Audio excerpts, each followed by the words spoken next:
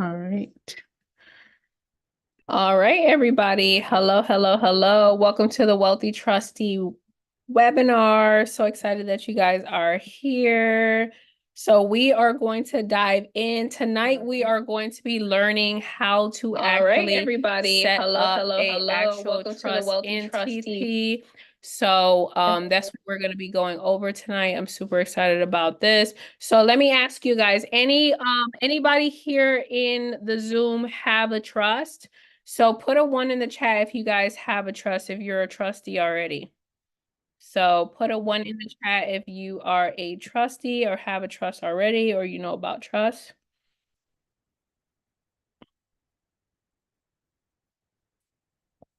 All right, I don't see any ones in the chat. Let's see. So nobody has a trust. Okay, that's understandable. Let's see.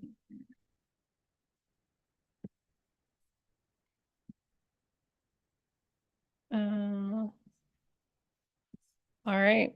So anyway, so we are going to learn about trust tonight. I'm going to be teaching you guys how to actually create a trust entity so that you could protect your assets and you could build wealth the right way, okay?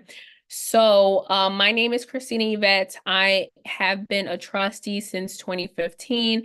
And the way that I got into it was I was a registered nurse and I was actually living paycheck to paycheck. I was working 5 days a week, 12-hour shifts. And I realized that I was actually spending more time with my coworkers than I was with my 1-year-old baby at that time. And so I wanted to put myself in a position to where I could get an extra stream of income.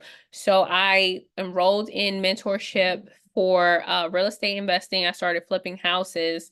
And at that time, I was 25 years old and I purchased my first investment property.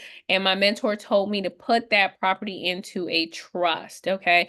And so I was young, 25. I was flipping houses. And so I didn't want to be put in the position to where somebody could get injured at the house and they could sue me and take the house away from me. And so that's why I decided to protect that asset and put it into a trust. Okay. So, like I said, I've been a trustee since 2015. So I'm going to teach you guys the steps on how you can actually establish a trust and become a trustee, okay? So let's dive right in. Let me share my screen here. All right, so now let's talk about what an actual trust is, because a lot of us, we hear the term trust, but we really don't know what it is, right? And so a trust is an entity, right? It is a living, breathing entity. So it's seen just like you. So if you are, a human, whatever you're able to do, a trust is able to do as well. So if you could buy a house, a trust could buy a house. If you could build credit, a trust could build credit. If you could be an author of a book, a trust could also be an author of a book, okay?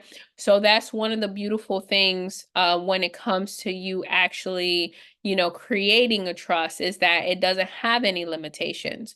So now we know that a trust is an entity, but we also need to know that a trust is a contract, you guys.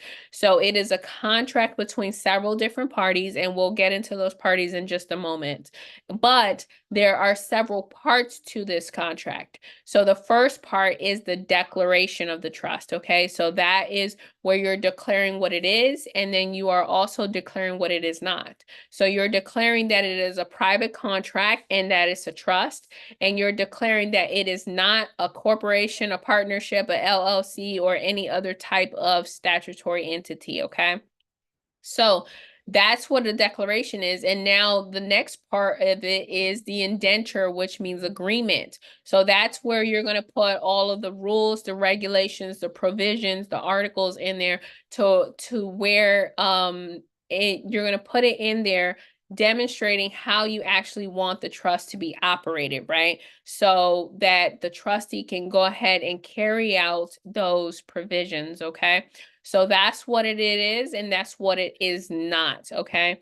With a trust, you have an establishment date and then you have a termination date. So those are very very important. So you can operate a trust anywhere between a minimum of 1 year to a maximum of 100 years, okay? So anywhere between that is the industry standard for the term of the actual trust. Once it's due to expire, you can actually renew the trust for the for an additional term of whatever the original term is, okay? So if the original term is 100 years, then you can renew it for an additional 100 years, okay?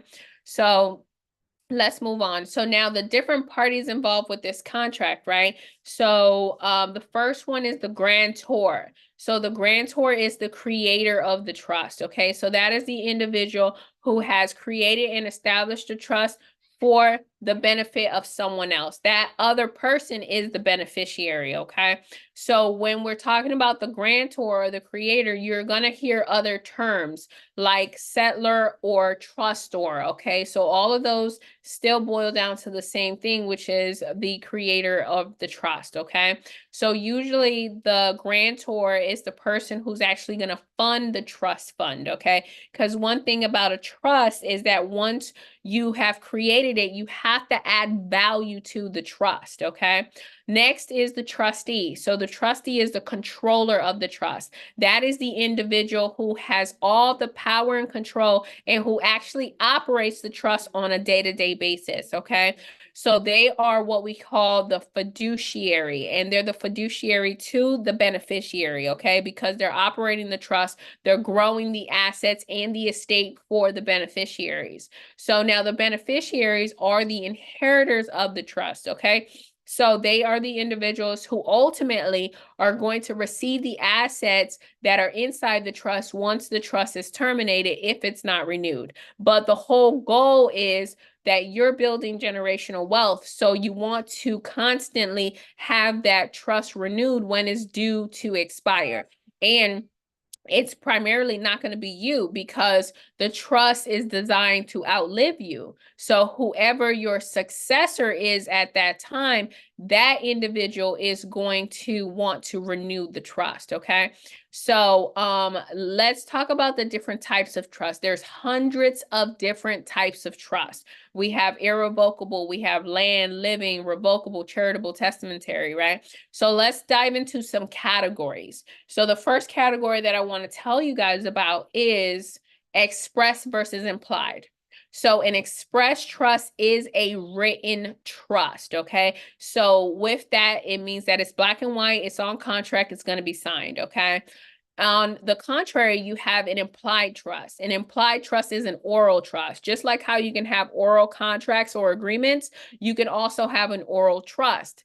I personally don't recommend that because it has the potential not to hold up in court, okay? So out of express versus implied, you definitely want an express trust. Next, the next category is statutory versus non-statutory. So with a statutory trust, it means that all of the state statutes and codes are embedded inside of the trust, okay? So whatever state you decide that you want to establish your trust in, all of those codes are in there, okay? Which means that you're restricted to only operating that trust within that state, okay? Another thing is that most likely a statutory trust is going to be registered in the state. So now you're giving the state jurisdiction over your estate or your trust. You don't want to do that, okay? Because you don't want your trust to be a part of the public records, right? The whole point of you actually creating a trust is so that you can have privacy, okay? So with a statutory trust, you do have that limitation, like I said. So on the contrary, the other type of trust is a non-statutory trust. So with the non-statutory trust, the jurisdiction is the common law legal system. So if you are setting it up in whatever state that you want, because all of the states have a common law legal system, that means that you can operate in all of the states because there's no statutes and codes that is limiting that type of trust, okay? So you have more flexibility to where you can operate this type of non-statutory trust in all 50 states, territories, okay? So Hold on, some is mute. All right.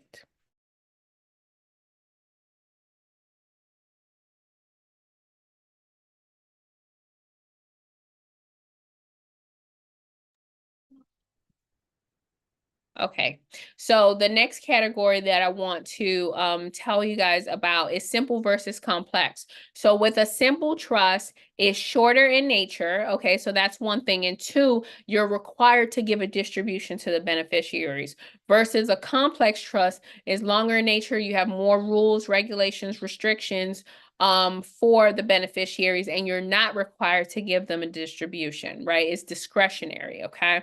So that now rolls into discretionary versus non-discretionary. So a discretionary trust is where you have the discretion to be able to do anything that you want to do with the trust estate that is not set inside of the actual agreement. So if it's a rule or regulation that's not in there, you have the discretion to be able to make that decision to move forward and to do it, okay?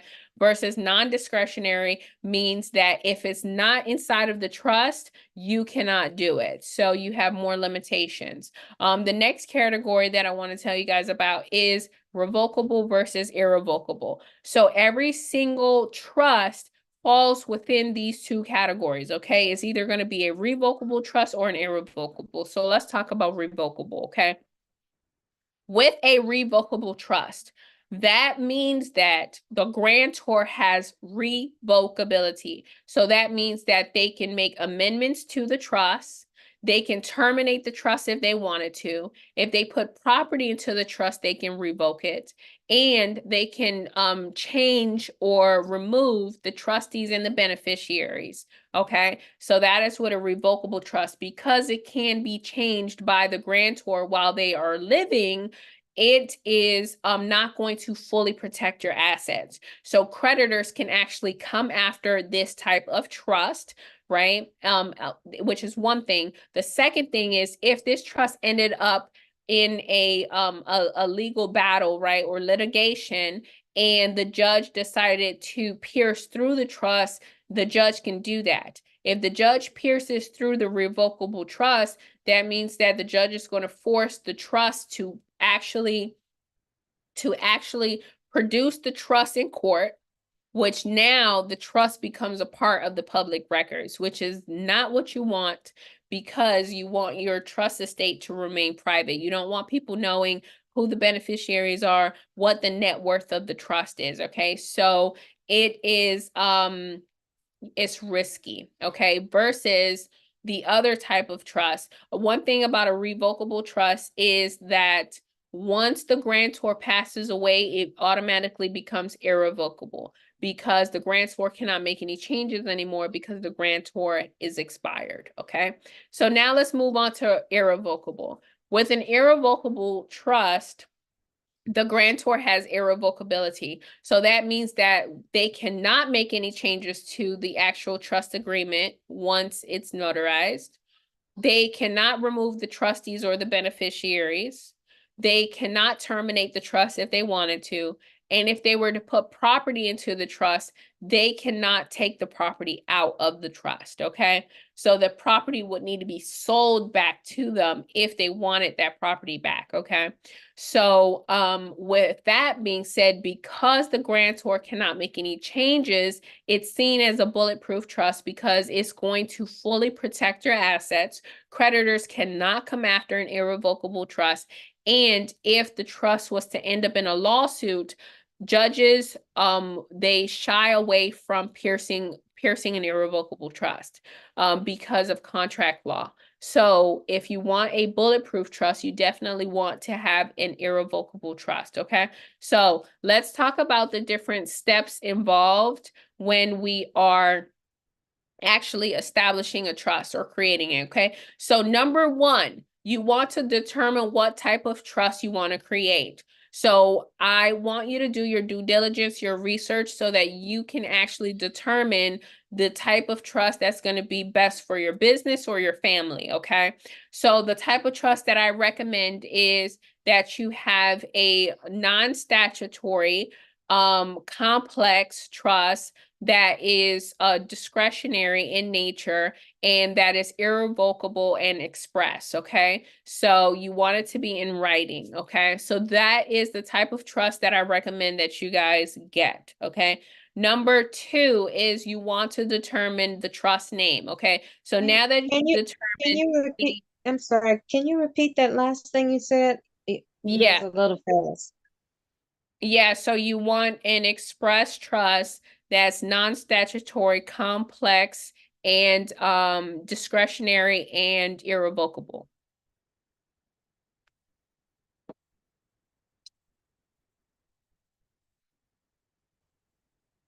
All right, cool. So let's keep going. All right, so now that you have determined the type of trust that you're going to create, you want to be able to name the trust. You do not have to have the word trust in the name of the trust, okay? It doesn't have to end in the word trust the way that it's designed for an LLC or an Inc., okay? So that's first and foremost. The second thing is do not name the trust after yourself. Okay. So with your trust, you want to remain private.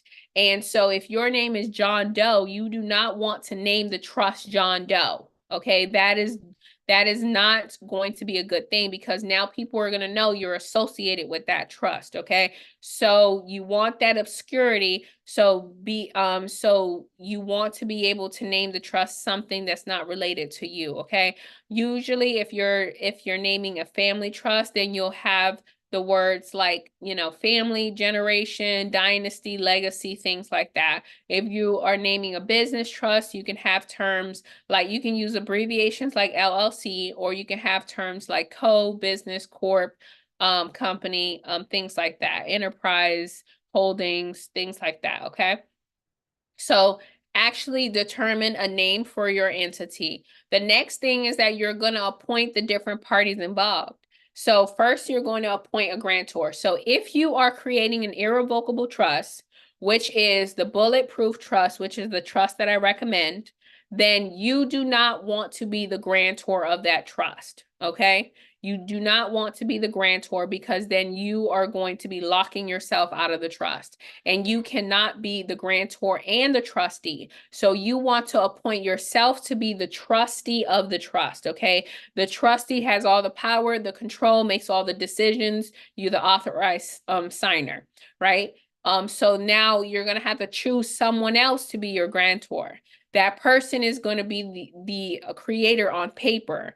But once they notarize the trust, they walk away from the trust. They have no power, no control, and no beneficial interest in the trust. So you do not have to worry about who you are going to appoint, right? As long as they're 18 and older and they have access to be able to notarize the trust, okay, with you. So usually you want to appoint someone like a sibling, right? A sibling, a parent, a grandparent, a best friend, a neighbor, a coworker, someone like that who you're close with, okay? So next you've appointed the grantor, you've appointed yourself as the trustee, and now you're going to appoint your beneficiaries. So your beneficiaries can either be an entity or a person, as well as the grantors and the trustees, okay?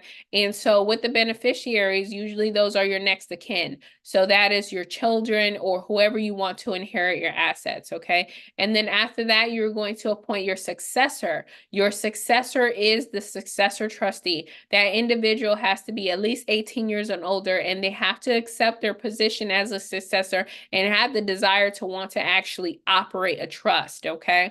And so they are going to take over after you in the event that you resign, become incapacitated, or expire, okay? They're going to pick up where you left off because the trust is designed to outlive you. And so you need to have that next person in line ready to go, okay? So number three is you're going to actually create the trust contract, right?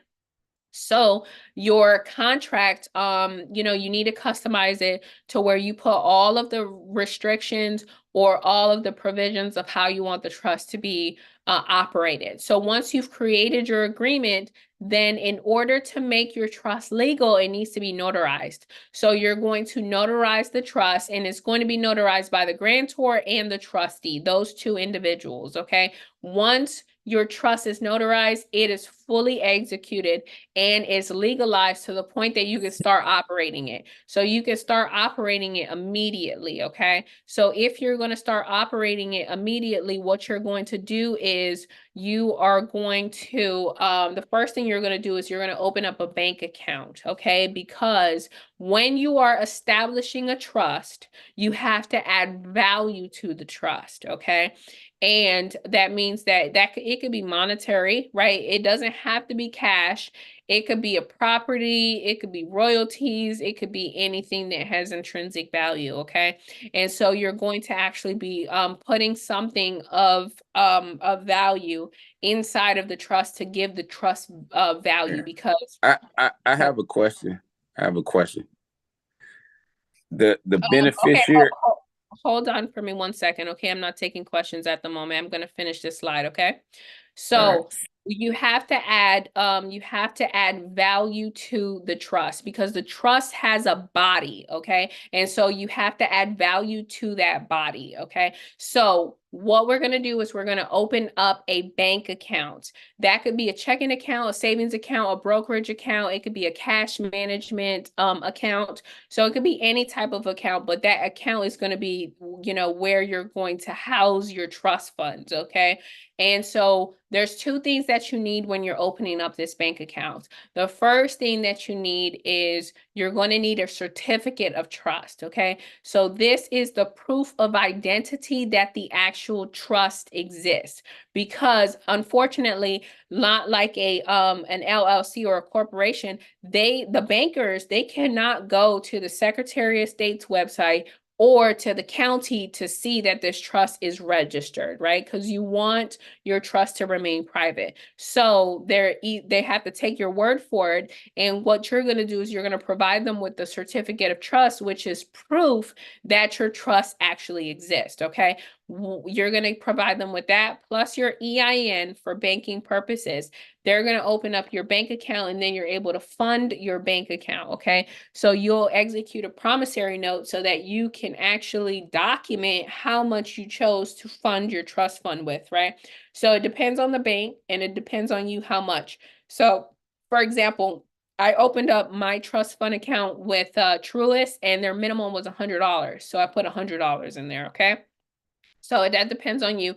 And then number 5 is you're actually going to transfer assets into the trust. So you want to have that bank account set up before you start putting assets into this trust, especially a house, because the mortgage is now going to have to be paid by the trust. Okay. And so you want it to come through through the trust fund account. Okay. So for example, when we are transferring assets into the trust, like your house, then what you're going to do is you're going to deed over your property from your personal name into the trust. That's how you're going to actually transfer the assets, okay? And so that new quitclaim deed, you're going to have it, you're going to submit it to the county. Now they are going to update the county records to represent that the trust is the new owner of that house, okay? So now you are actually protecting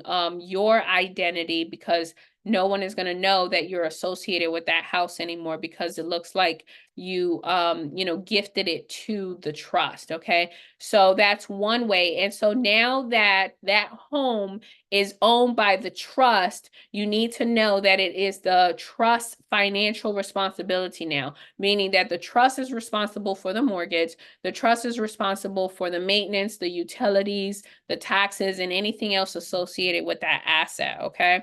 So let me check on you guys. I know that somebody had a question, and then if I'm giving you guys value, let me see some fireballs in the chat, you guys. Let's see who we got here. We got James, we got Nana, we got Musa, we got Patricia. Hi, Patricia, Pierre. We got Seven. Hey Seven, how are you? Timothy T. All right, let me check the chat. Let me check the chat here. Okay, I see the fireballs. All right, guys. Okay, you guys are learning. I'm adding value. I'm so excited. Okay, who had a question? I will stop real quick Yeah. for a quick question and then My we can yeah. finish. Go My ahead. name's Ken. My name's Ken, and I was asking a question back at the pointee of the beneficiaries. Mm. Um, you kind of, I mean, you're giving a lot of value, but you did kind of, I mean, you're going a little fast, but appointing of the beneficiaries. I just had to see if you could go back over that a little bit. Oh yeah, so I'll just quickly mention it. I mean, I have to go fast because these webinars are only 1 hour. I try to keep Right. it within an hour and a half, so I do go fast. I do apologize, but guess what? You can rewatch it. So this recording is going to be available on my YouTube channel. So if you go to Okay. Seven Ways to Wealth on YouTube, you'll be able to run it back and watch it however many times you need to watch it. So, and Okay. I have videos specifically on the beneficiary and giving you all of the details and rundown about the beneficiary. So, what I'll briefly tell you is that with the beneficiaries, right, you can choose whoever you want to be a beneficiary. And I'm going to touch on it a little bit more. I'm not even done yet. I got a couple more slides to go, which I'll touch on the beneficiaries a couple more times, okay? So with the beneficiaries, it could be an entity or it could be a person, okay? But whoever the beneficiary is, they need to already be an existing. So it can't be like an unborn child, okay? So it has to be someone who is already born or an entity that already exists, okay? And when you are appointing these beneficiaries, we're going to go through that. You're going to give them trust certificate units, okay? So I'm not going to really touch on that too much right now because I have a whole slide where I'm going to be talking about it. So with the beneficiaries, you are just going to determine who you want to be the beneficiaries. So in some situations we'll make it an entity, in some situations we'll make it a person. It just depends. I'm going to touch on that. So did you have any specific questions or should we keep So my specific, now that you mentioned that, my specific question is what is your website? Oh, okay. It's wealthytrusty.com. So it's in the chat. So do you see it? I put it in the chat. Can you put the links again? And then the YouTube channel is the same. What happened? The So YouTube yeah, channel is this. it's in the chat as well. So let me see. Is it in the chat? I don't know. But if you go to YouTube, and you go to Seven Ways to Wealth, you'll find it. But we'll All put it right. in the chat. Well, are you Thanks. leaving right now, Ken? Or are you gonna stay till the end? No, I'm staying. I just I didn't I thought, sometimes these, you guys just people just do it and they don't allow a replay. You know what I'm saying? So Yeah, I was I'm just not trying to like get that. Yeah, you just trying to soak up the information before I get going, huh?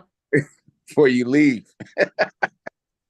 You're a beautiful person. You really are, Christina. You really are. I mean, I think you're godsend because, we paid, and I'm quite sure a lot of people can agree on here. We paid a lot of money, and you don't get half the value that you get like we're getting here. This is like outstanding work that you're doing, and I know God's blessing you. So I just wanted to put that out there, and let you know you're amazing. Yeah, thank you so much. I appreciate you, Miss Bay. Thank you so, so much. And I am here for everyone. So, yep, it is my God-given mission. So God told me to share trust with people, and that's what I do. And I'm just I can walking, tell good I'm spirits. walking in my purpose. Yeah, I could tell good spirits. You definitely that. Yeah. Outstanding. Thank you. Thank you so much. All right, guys. So we're going to continue on. I got a couple more sides, and then I got a guest speaker first that's going to come drop some gems, and then we'll wrap it up with some Q&A. So if you guys don't mind saving the Q&A for a little bit later, we're going to go and answer any and all of your questions. Okay. So let me dive right back in to the slides. But I hope that you guys are getting value so far off the information that I've shared with you guys. Now I'm going to go into some asset protection and the wealth building formula. Okay, so let me get back to my slides here so you guys can have a visual.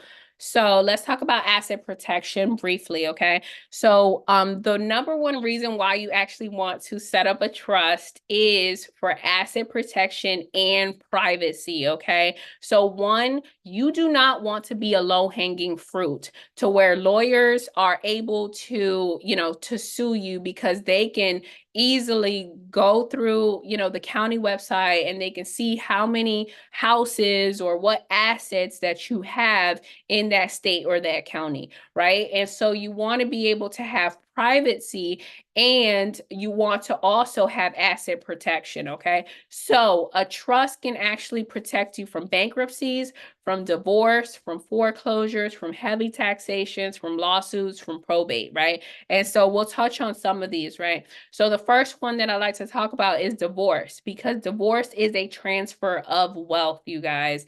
So usually with a divorce, one spouse ends up with everything and the other spouse ends up with nothing, right? Or at least half, right? And so you don't want to be caught in that situation to where you're the spouse that ends up with nothing, okay?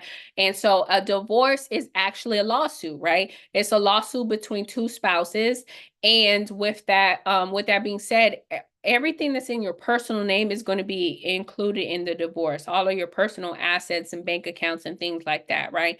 So the beautiful thing about having a trust is that if you have a trust and you have assets in that trust, everything that's inside of the trust is excluded from your divorce because the trust is a separate entity from you. So anything that's in that trust cannot be pulled into that divorce, which is beautiful. That's what you want, right? I have a client who actually him and his wife, they were married for 10 years, and 2 years into the marriage, they were buying real estate. The '08 housing market crashed, right? And so the wife prohibited him from actually going out and investing in further real estate. And so instead of him listening to his wife, guess what he did? He went and established a trust, and throughout the years, he ended up putting 5 properties into that trust. Fast forward into the future, they get a divorce, and luckily for him, right?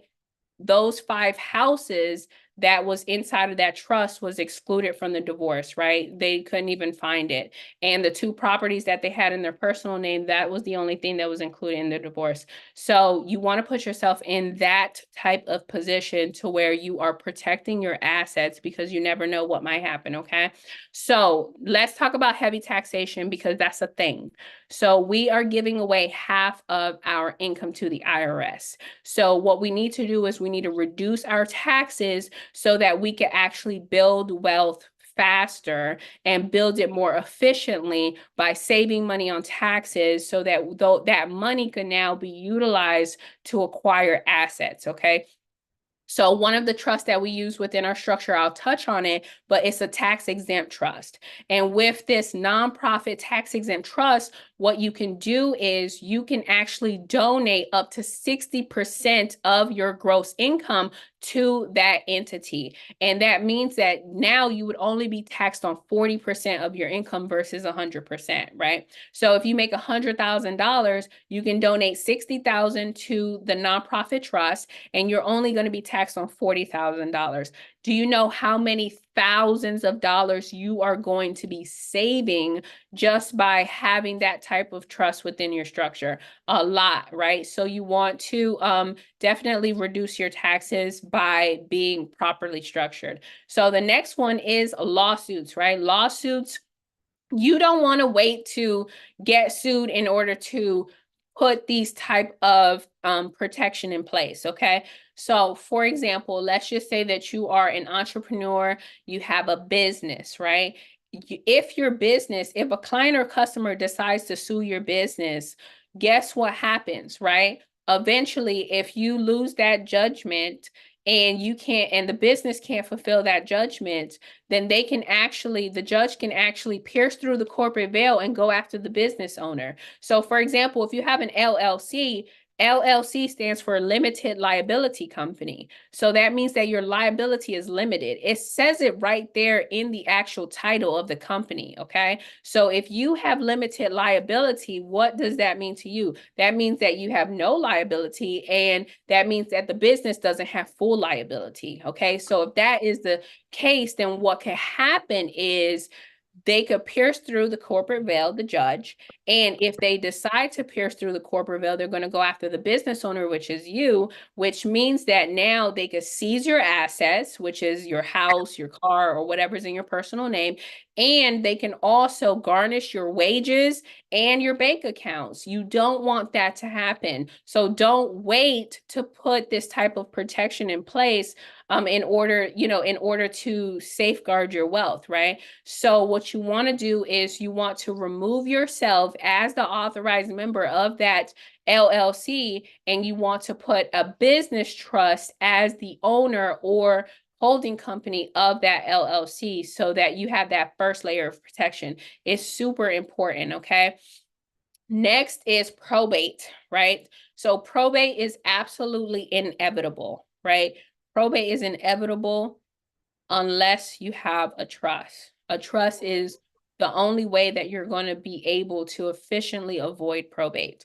So what is probate, right?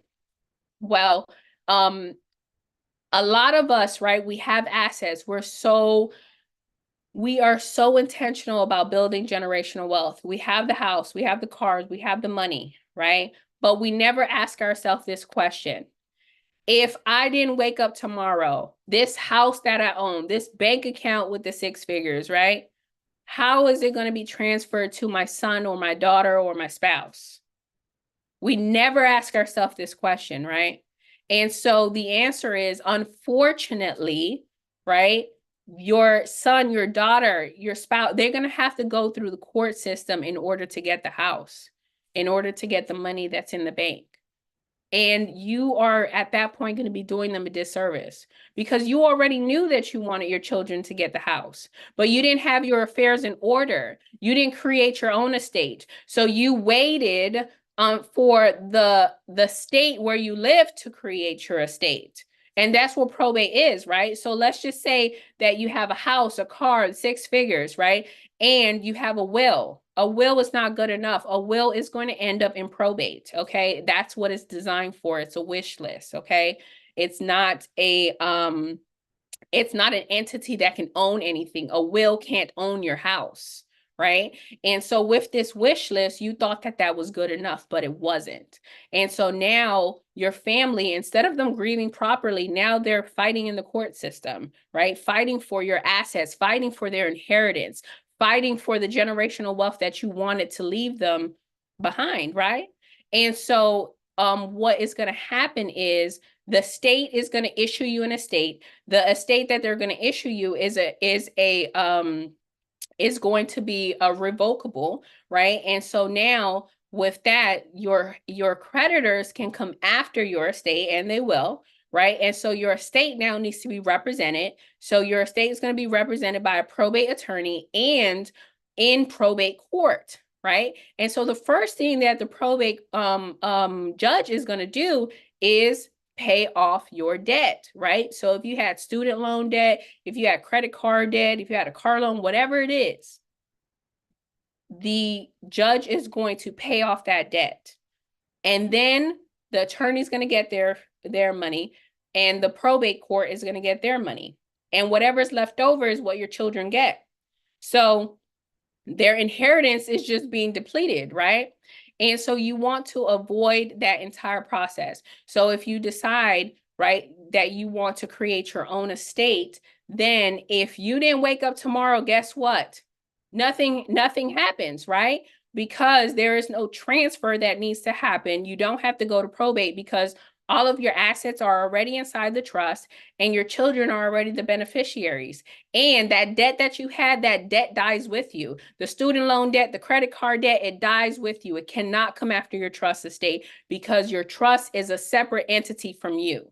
Okay, so that is one of the primary reasons why you don't want to keep stuff in your personal name. Okay, so so that's a beautiful process. So let's keep moving forward to the wealth building formula, you guys. So we have three pillars here. We have structure, we have credit, and we have invest. Okay, so for the first one, structure, right? This is the structure that I recommend. I recommend that you guys have 3 trusts. At least you need to have multiple trusts within your structure, right? So these are the 3 that I recommend: a business trust, a family trust, and a tax-exempt nonprofit trust. Okay, structure is super important. You can't have all of your eggs in one basket. You can't have all of your assets in one trust, right? All of these trusts are designed to do different things, and that's why you need to have different types of trusts and multiple trusts, right?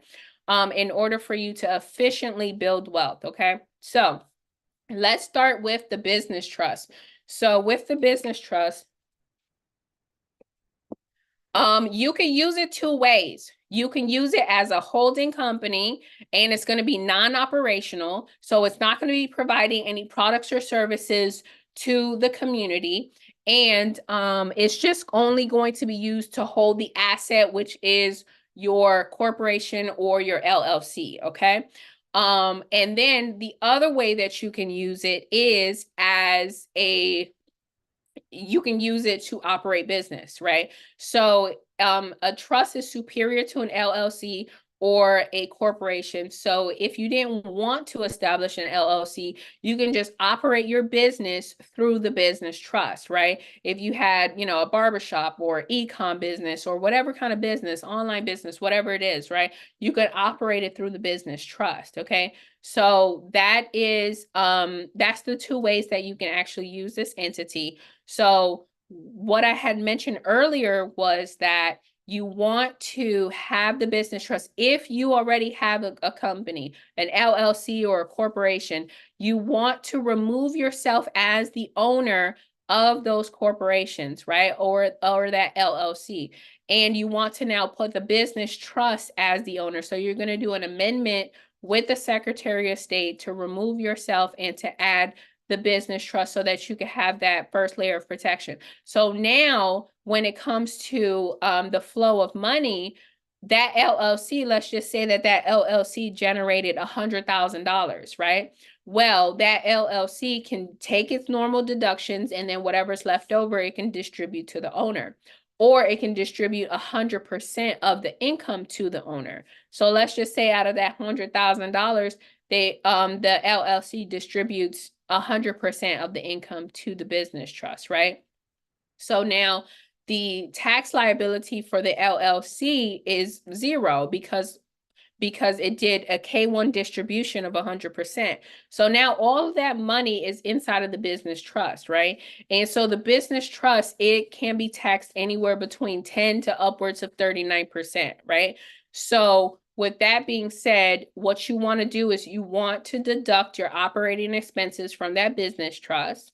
And then from there, whatever is left over, and instead of you paying taxes on it, what you can do is you can actually distribute it to the beneficiary, okay?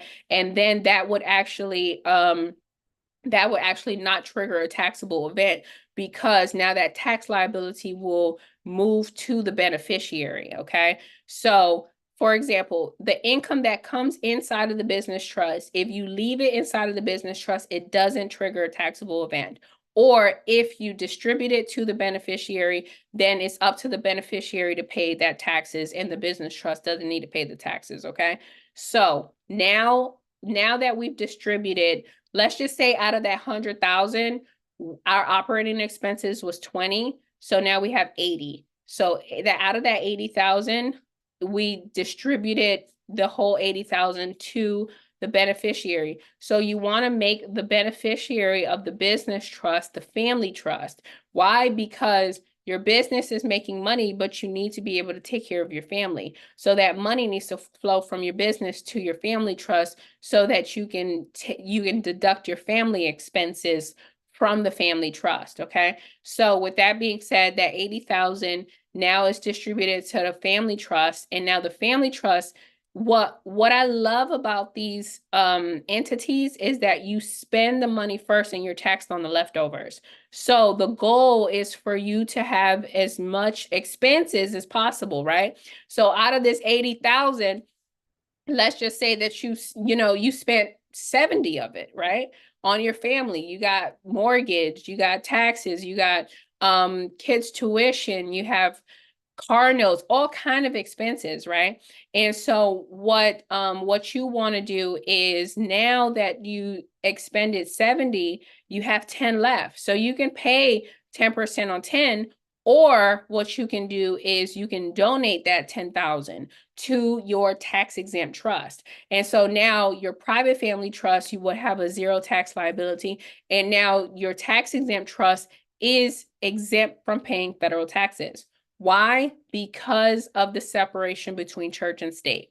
So for the nonprofit tax exempt is designated as a 508c1a, okay? Which means that it's a mandatory exception for not having to file for a 501c3 with the IRS. So it's automatically exempt from federal taxes as long as this trust is designated that way. So you can also qualify for other tax exemptions, meaning state tax, city tax, county tax, property tax, sales tax, and any other form of tax, okay?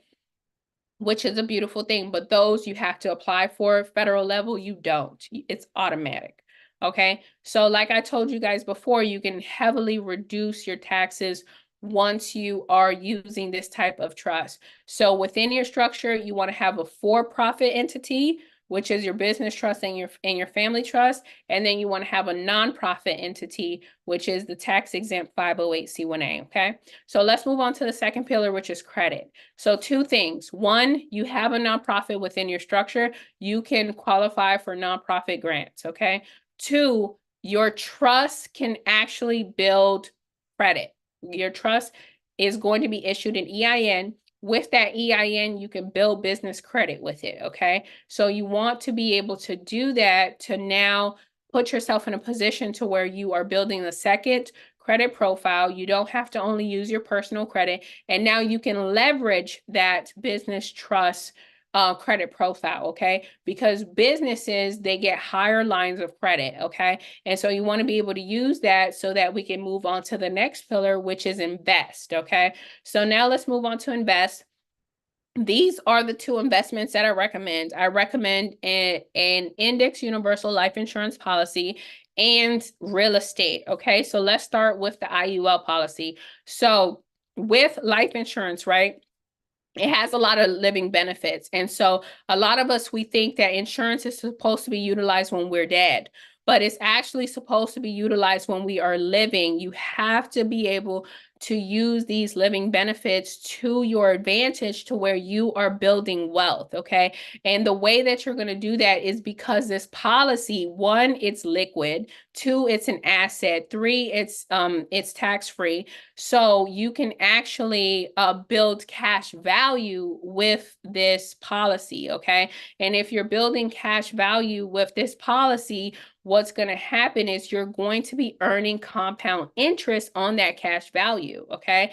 And with an index universal life insurance policy specifically, it actually mirrors the index, right? So the index is an indice in the S&P, indice in the stock market, specifically the S&P 500. So what the insurance carrier does is, if whatever the market is doing, they'll match it, right? So if the market is doing 10%, then they're going to match the 10%, and they're going to give you 10% interest on whatever is in your cash value, okay? So that's a beautiful thing, because you want to put yourself in that position where you're building, where you're building cash value, and you want to put yourself in a position to where you are paying yourself first, right? So that is how you're actually going to utilize this policy this policy as an asset and pay yourself first. So a lot of us, what we're doing is we're actually getting paid last, right? And so if we get paid through our employer, guess who gets the money first? The IRS.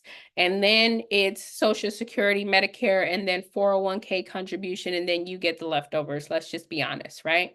So you getting the leftovers is going to go direct deposit into your bank account. And then what do, right? So now you are sending that money into your bank account, right? And you are actually letting the banks leverage your money, right? So the banks are getting richer. And now the first thing that you're going to do is you're going to pay your mortgage or your rent. You're going to pay utility bills. You're going to put gas in your car. You're going to pay your car note, everything, right? You pay all of your liabilities first, right? Instead of you paying your asset first, right? So you need to put yourself in a position to where you're paying yourself first. This is a mindset shift, right? But this is the type of shift that you need to make in order for you to build the wealth that you want to build, right? So paying yourself first, what does that concept look like? Well, once you get paid, and instead of you paying the rent, the mortgage, the this, the that, what you're going to do is you are going to flow that money into your insurance policy, okay? So let's just say that you got paid $5,000. That $5,000 is going to go inside of your insurance policy. So you're going to make your payment for your insurance policy, or a payment for the 5,000, and now your cash value is going to go up by 5,000, right? And so now what you're going to do is you can borrow against it, right? So they can actually use whatever's in your cash value as collateral, and the insurance carrier, they see your policy as an asset, right? Your cash value. And so they're going to see that you have the 5,000 in your cash value. So now they're going to issue you a loan, right? So they'll issue you a loan for whatever the maximum is.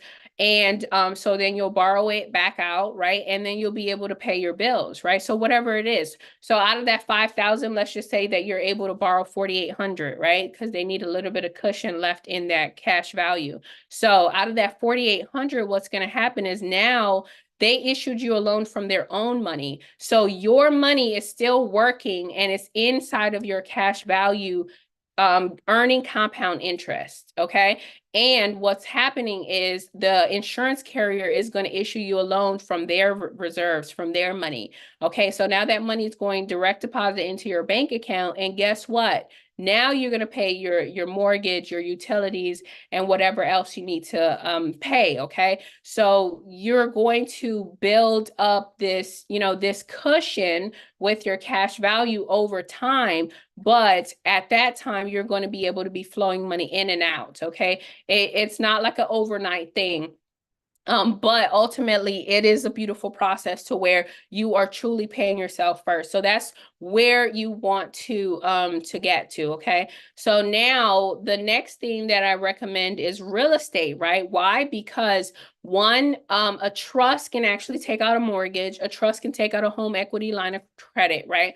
And so what you want to do is you want to take out an investment loan for rental property, okay? And usually with these investment loans, you have to, like, they'll give you 80% of the purchase price, and then you have to come up with 20%. So where are you going to come up with this 20% down payment? Well, you can come up with it by leveraging that trust business credit that we talked about, right? So you're going to establish that business credit, and let's just say that they give you a credit card for 50,000. You're going to strip that credit card. And then the first thing that you want to do is you want to be able to flow that money into your policy, right? And so, I don't want to get like too technical, but your insurance company will let you know, the maximum that you can flow in. So if you can flow in the whole 50, go for it, right? So you want to be able to flow that 50,000 into your policy.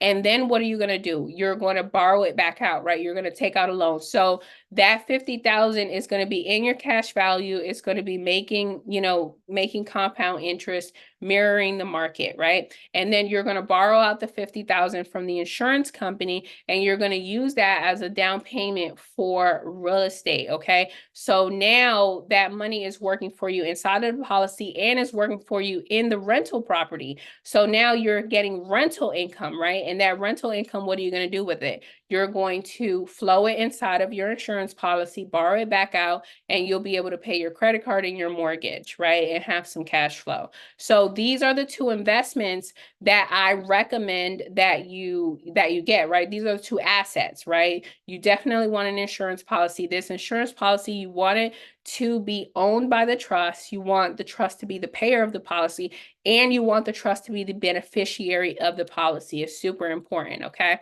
So we'll talk about that in just a minute. So let's talk about how to transfer wealth. So you want to put yourself in a position to where you own nothing but control everything. I'm going to say that again. You want to put yourself in a position to where you own nothing but control everything, right? That is the definition of stewardship. So you don't want to focus on ownership, right? A lot of us, we're so focused on ownership. We're proud that we own these houses, and I totally understand that, right? It's a beautiful thing, but that house is going to outlive you. So the goal is for you to control that house while you're living, right? And so you can do that by way of actually having that trust, having that house be owned by the trust, and you're the trustee of the trust, okay? So that's the way that you want to control that asset. So ownership is not the goal, guys. Stewardship is the goal, because stewardship is where you're directing your wealth to be safeguarded and protected and growing the right way, okay? So the next thing is, when we're talking about transfer of wealth, right? A lot of us, we don't think that far into the future, but you have to, and you need these tools in place to be able to effectively transfer your wealth. So the first thing is, when we have a trust, our trust is going to actually create trust certificate units, which are TCUs. TCUs are very similar to stock certificate units. So you know how a stock certificate unit represents ownership in a business? Well, a TCU represents beneficial interest in a trust. So it's pretty much synonymous in the same thing. But when we're talking about trust, we don't use the word ownership, okay? Because a trust is an entity, or is seen as a living person, and you can't own a living person, okay? So with that being said, you are going to issue TCUs to your beneficiaries, okay? So the beneficiaries are going to, the trust is going to generate 100 trust certificate units, and then it's up to you as the trustee to be able to disperse those TCUs to the beneficiaries. So for example, however many TCUs that the beneficiary has, it represents their beneficial interest. So let's just say out of those 100 TCUs, you had 5 beneficiaries. You want it to be equal, so you issue 20 TCUs per beneficiary, right? So now I'm one of those beneficiaries. I have 20 TCUs, right? And the trust estate is worth $1 million.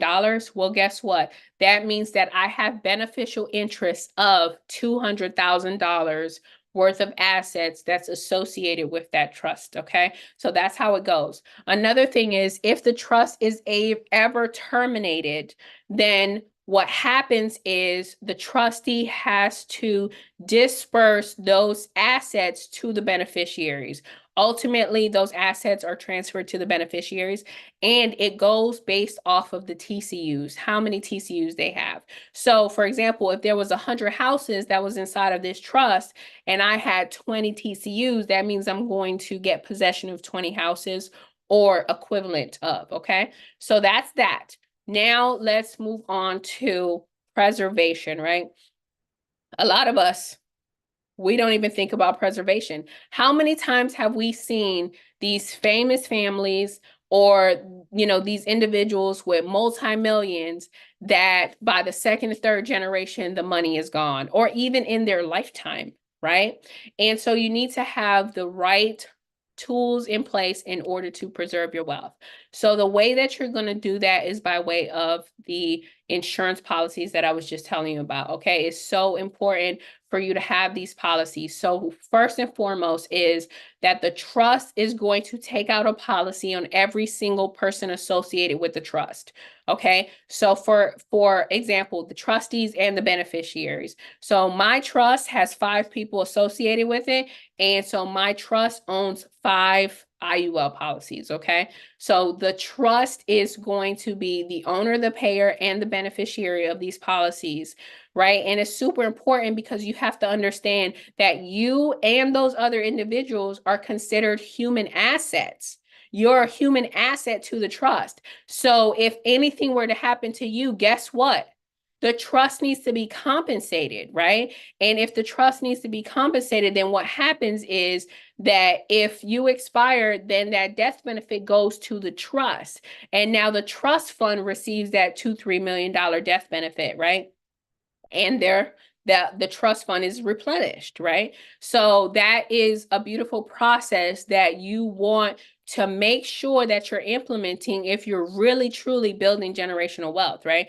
And so the trust is going to take out a policy on you and the beneficiaries, and going to have the provisions in there to where the trust is going to take out a policy on all the future beneficiaries, right?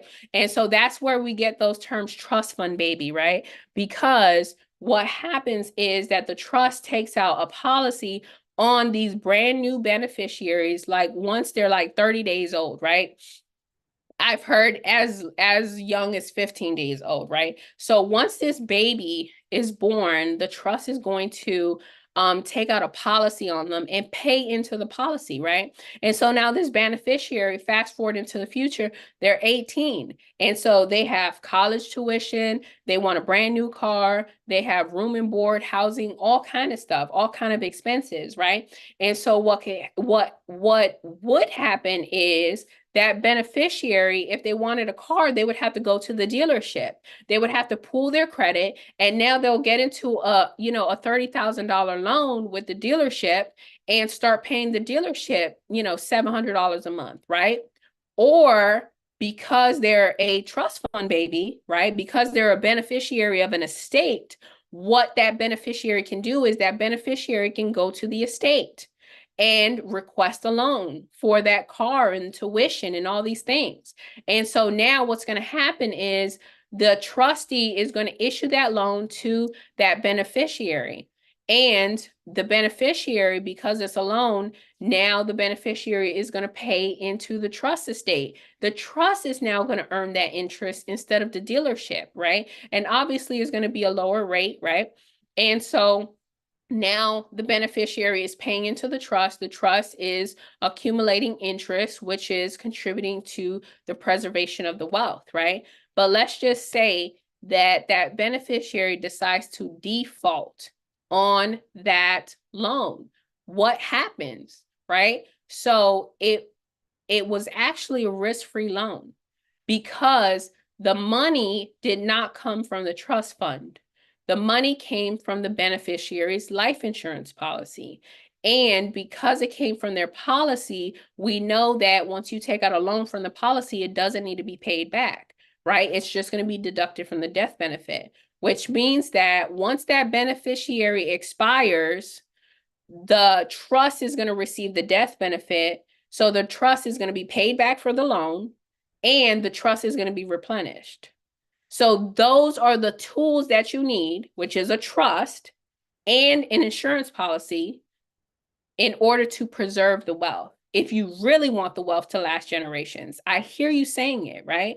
And so you want the wealth to last 8 generations, 9, 10, 11, right? You want to change the trajectory of your kids' life. And so this is what you need. You need a trust. You need the life insurance policies. Without those two, like, you're not going to be creating generational wealth effectively. You're not going to be doing it the right way. You're not going to have the preservation that you need to in order for the wealth to be sustained, okay? It's going to end up like all the other families, which is, after the second and third generation, the family's broke, right? You don't want that. So these are the books that I recommend.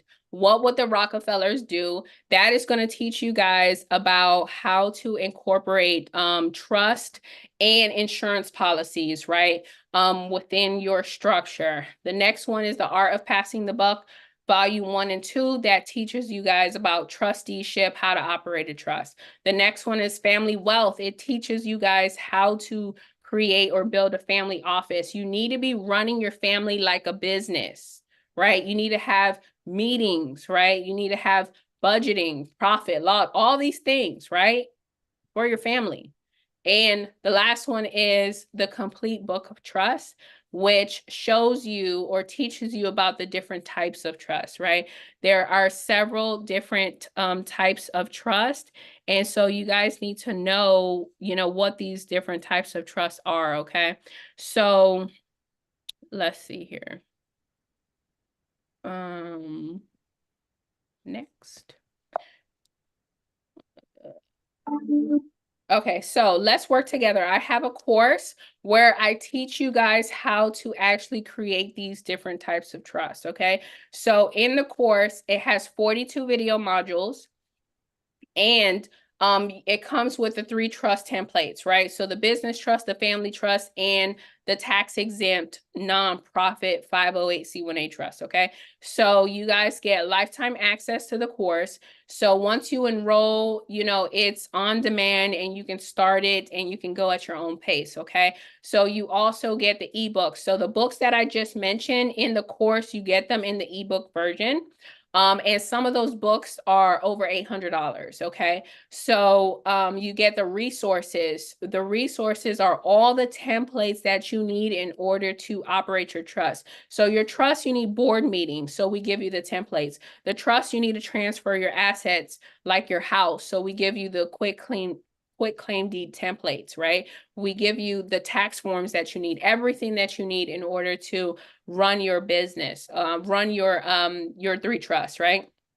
And then we have a Facebook community. Our Facebook community is so supportive, okay? We're constantly helping each other, pouring into each other, and doing anything and everything that we can. It's over 200 trustees in the Facebook community. So those are individuals that are like-minded, that you're going to be networking with, that have already established their trust, and they are just here to, to help and serve. And a lot of you guys are in the same city and state, okay? So for the course, it's $997.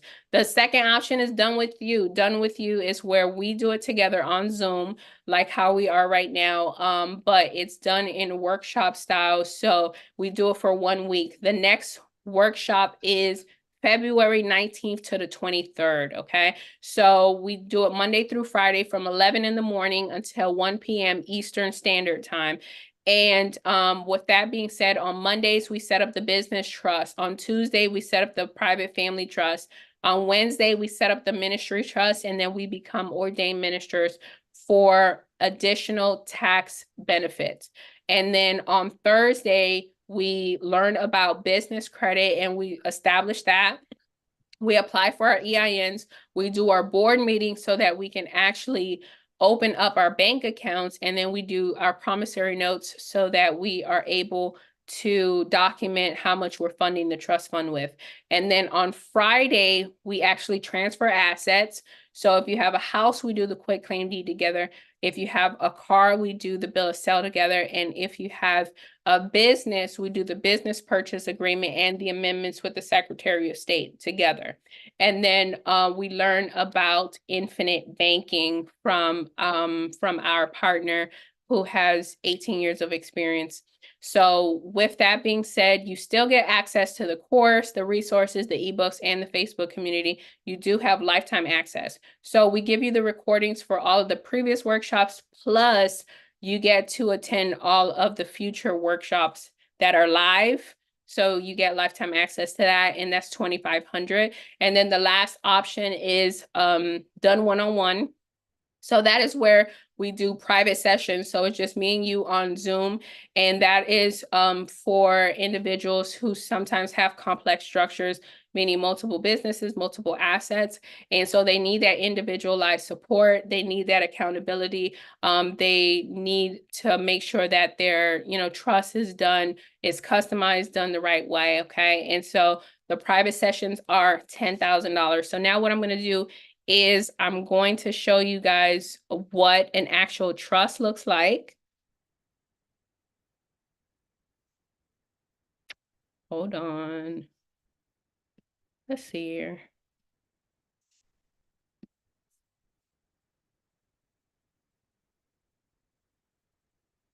Okay, so this is what an actual trust looks like, you guys. So like I said, it's a contract. So you see the things that are in red, this is what you're going to be customizing for your business or your family, okay? So these are all the sections and provisions that's actually going to protect your assets, and it's going to safeguard your wealth from any type of lawsuits, audits, creditors coming after your assets, okay? So this is what you're going to, this is the template that you're going to receive with the course or any other option that you go for. And this is, this is what you guys need. So now I'm going to show you guys what the course looks like. Oh, hold on one second. Let's see. Okay, so this is what the course looks like. So it has 42 video modules, and what you do is initially you're going to learn what a trust entity is. So we teach you about the different parties involved, what the different types of trusts are, and then we get into the tax exempt trust. So you'll learn, how you'll learn every single paragraph that's inside of this trust. This trust is 59 pages. So we teach you the contents of the trust and then how to actually customize it and set it up. Same thing for the family, same thing for the business. Then we teach you tax strategies so that you can reduce your taxes. And then after that, we teach you how to protect your assets, okay? So, so after that, we teach you about some wealth creating principles. And then you have the resources and the ebooks, okay? So that is it. So hold on one second.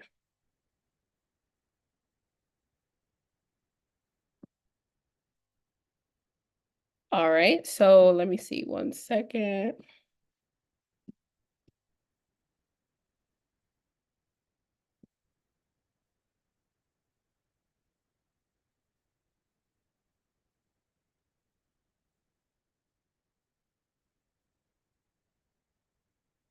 All right, so you guys, for the people who are on the call today, if you guys take action, then I'm giving you guys 20% off for the next 24 hours, okay? So you have to use the discount code TRUST20 in order to receive that discount, okay? So that's for my people who are on the call today.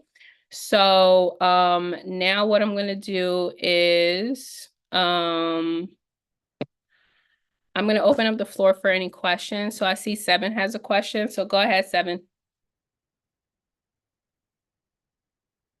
Myself, can you hear me? Can you hear me? Yeah, I can hear you.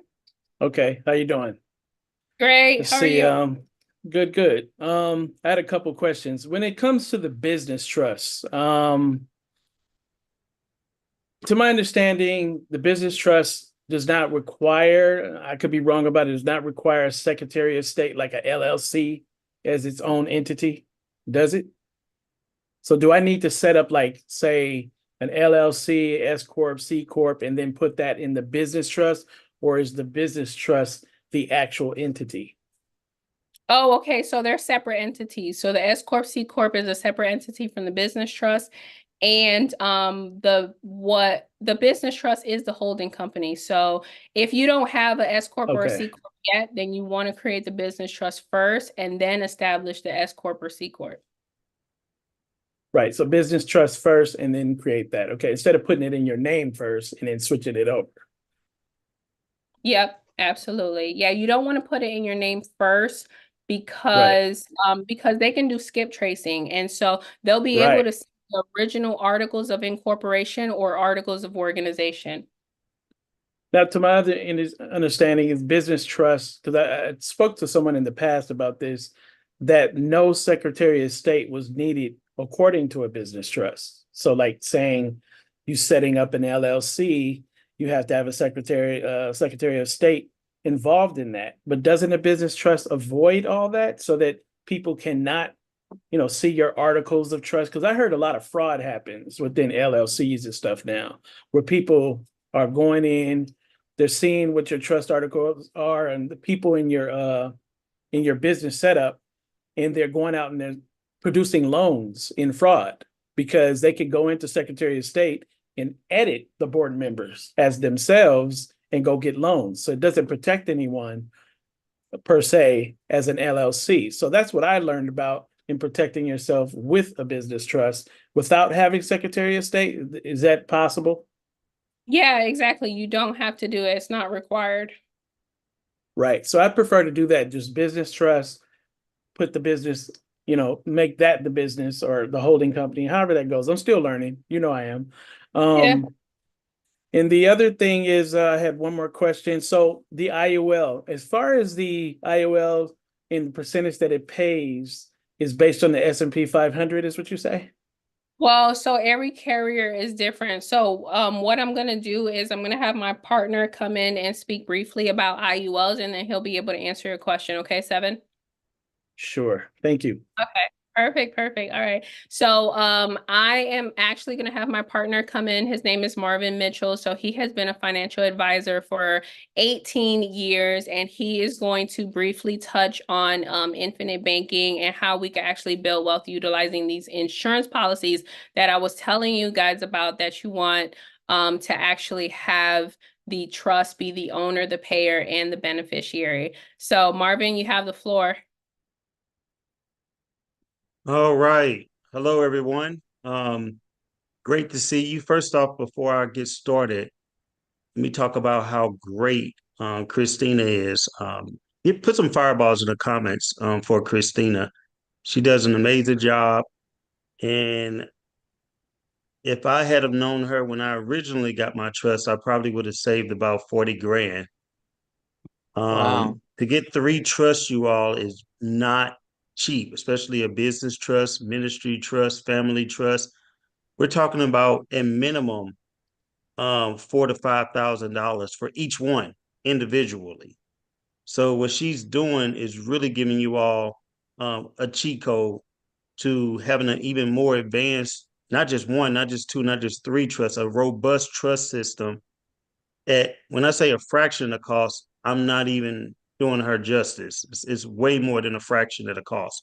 So this is really helping out us, helping out the people in this room, and hopefully you all take advantage of it because I'm pretty sure she's getting so many clients now. I think she had like 200 people do trust with her last year. I'm pretty sure her demand is going to cause her to raise prices soon. And the fact that you're getting 20% off of something that's already a steal, like I said, it's a no-brainer. So what I'm here to talk about really quickly is um, the IUL whole life, the insurance, and why it works so well. And Christina already did a great job talking about it, but what I'm going to do is take you through a couple of diagrams to make it make even more sense and so it can be even more clear for you. Because this really should be one of your first assets when it comes to your trust and when it comes to just in general. Because what I do is I fund everything through my life insurance first. And by funding it through my life insurance, what that allows me to do is borrow against it. Um, and by borrowing against it, what's amazing is that my money continues to grow as if I never touched it while I make money off the money that I borrow. So this is the very definition of making your money work for you 2 to 3 times off the same dollar. I make my money work for me 5 times off the same dollar. So what do I mean? All right, let me go ahead and share my screen. 1 second. Is that just with IULs, or is that with whole insurance, or is that Both, just with the IUL? both, Both? Oh, both. oh, okay. Because They're Navy both Federal for just they sent me both are used for different purposes, but yeah, both of them.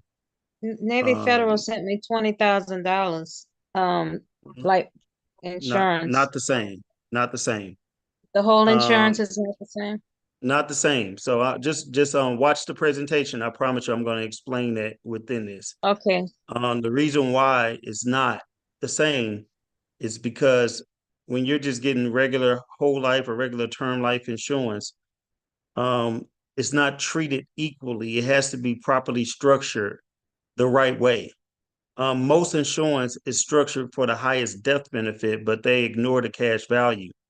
So what that means is that you're paying for the highest death benefit, but you're actually losing money because you're paying 70% more in fees, because most of the fees go toward the death benefit. But when you structure it the right way, you're actually getting less of the money going toward the death benefit because you're doing the lowest death benefit for the highest cash value.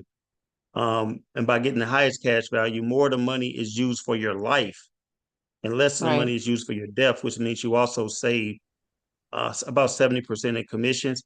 And Navy Federal doesn't have the ability to structure it that way. So, Gotcha. um, Okay. so what you have to Thank you. understand, you all, is you got to think about money in a way in which you're thinking about transfers. Transfers, some transfers, wealth transfers are unavoidable, but others you can only minimize. What wealth transfers mean is that there's a lot of people who's losing money unknowingly and unnecessarily. They don't even know that they're losing money, but you're losing money. Some of the ways that you can lose money is the way that you pay taxes. Another way you can lose money is how you fund your 401k, thinking that you need to overfund your 401k. Another is people who do high interest rates.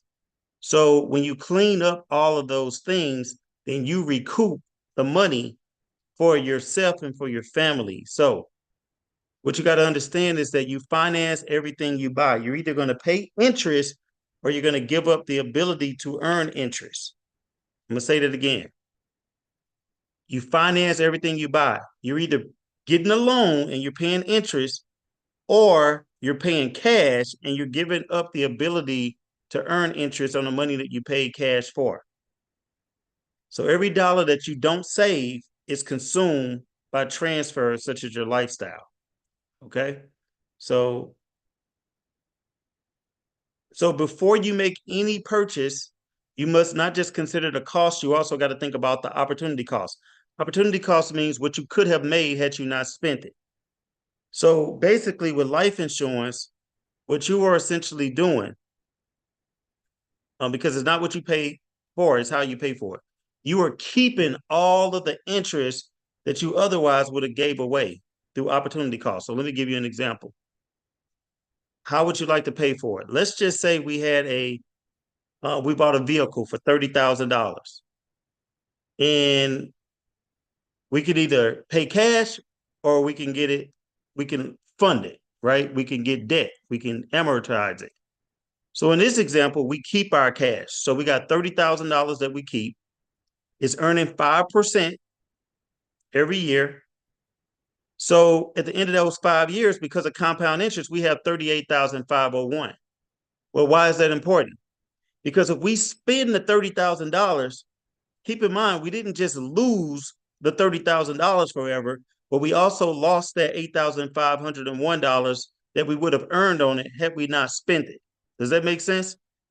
That's what I mean when I say opportunity cost. We don't just spend the money, we also lose the potential interest that we could have earned on that interest had we not spent it. Very important.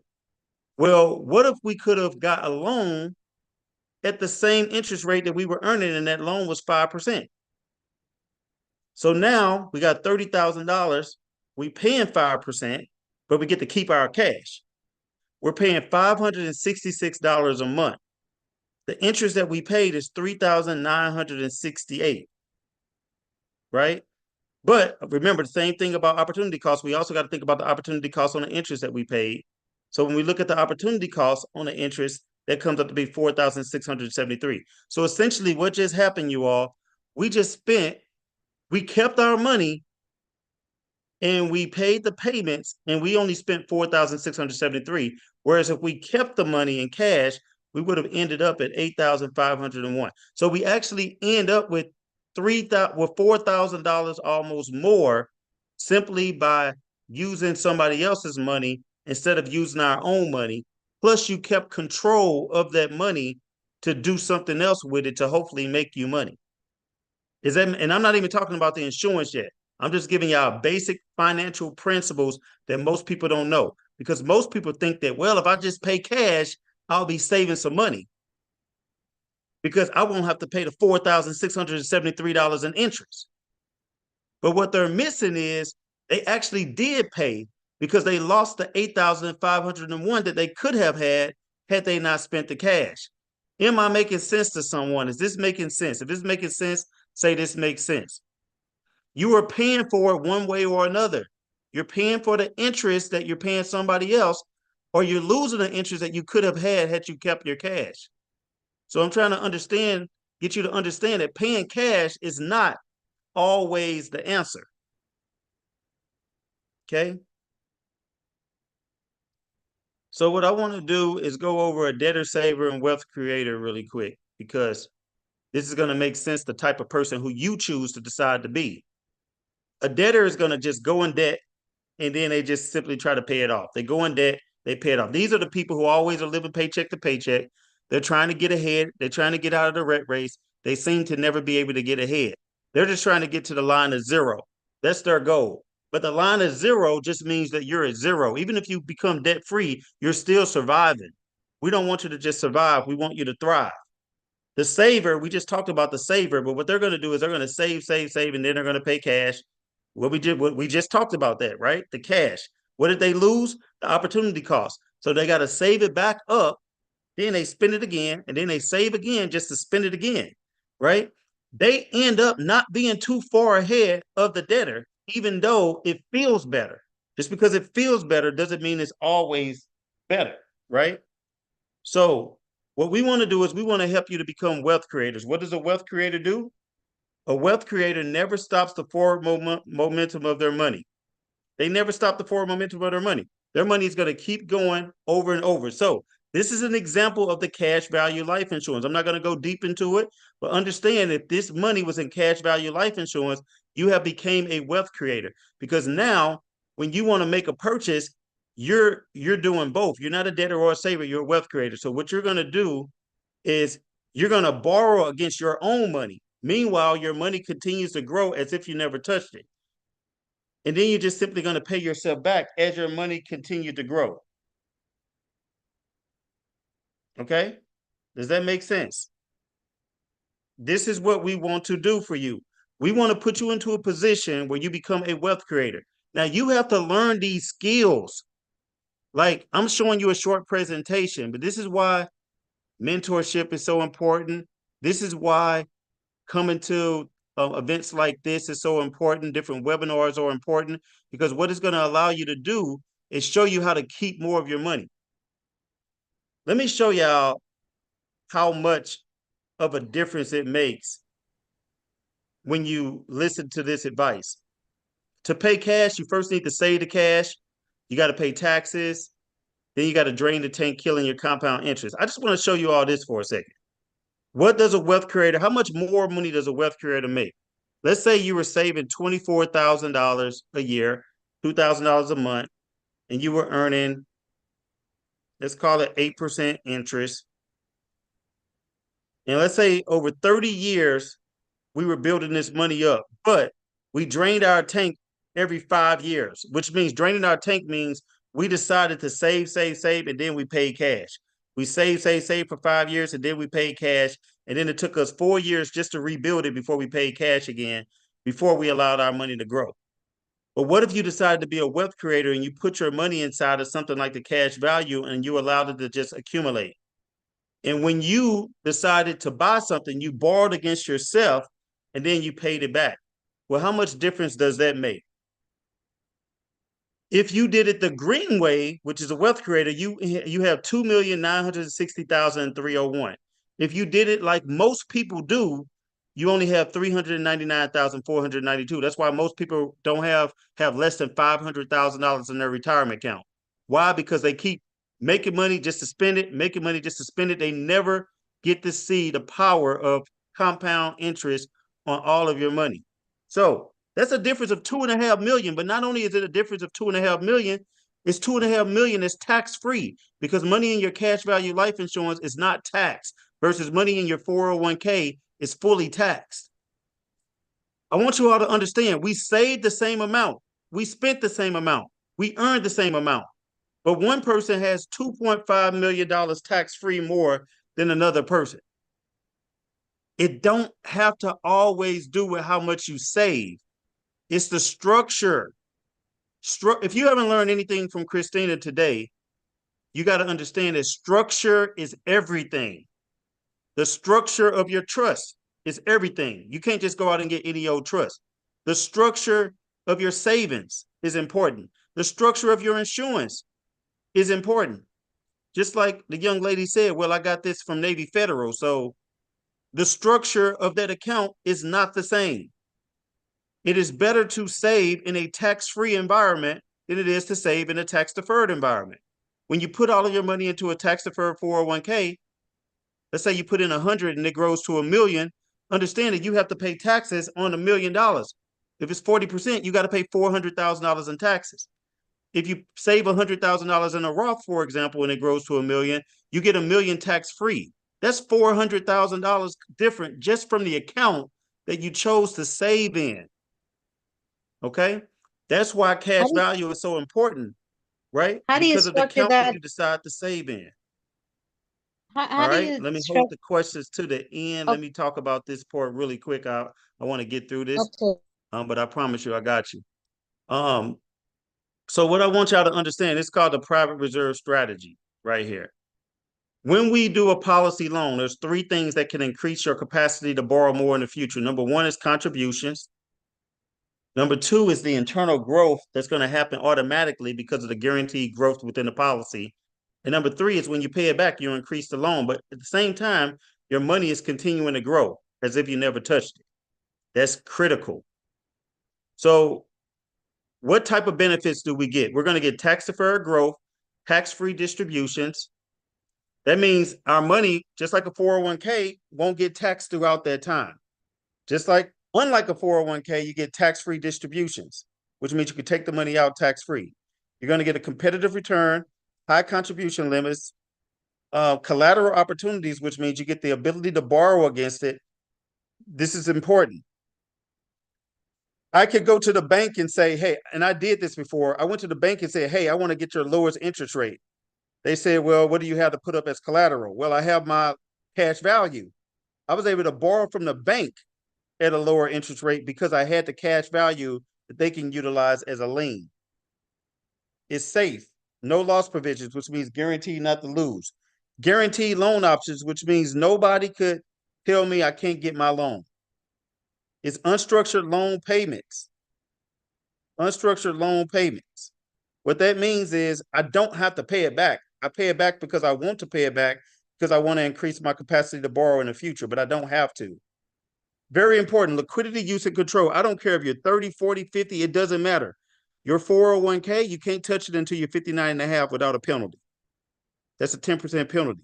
That means they want you to keep your money trapped until you retire.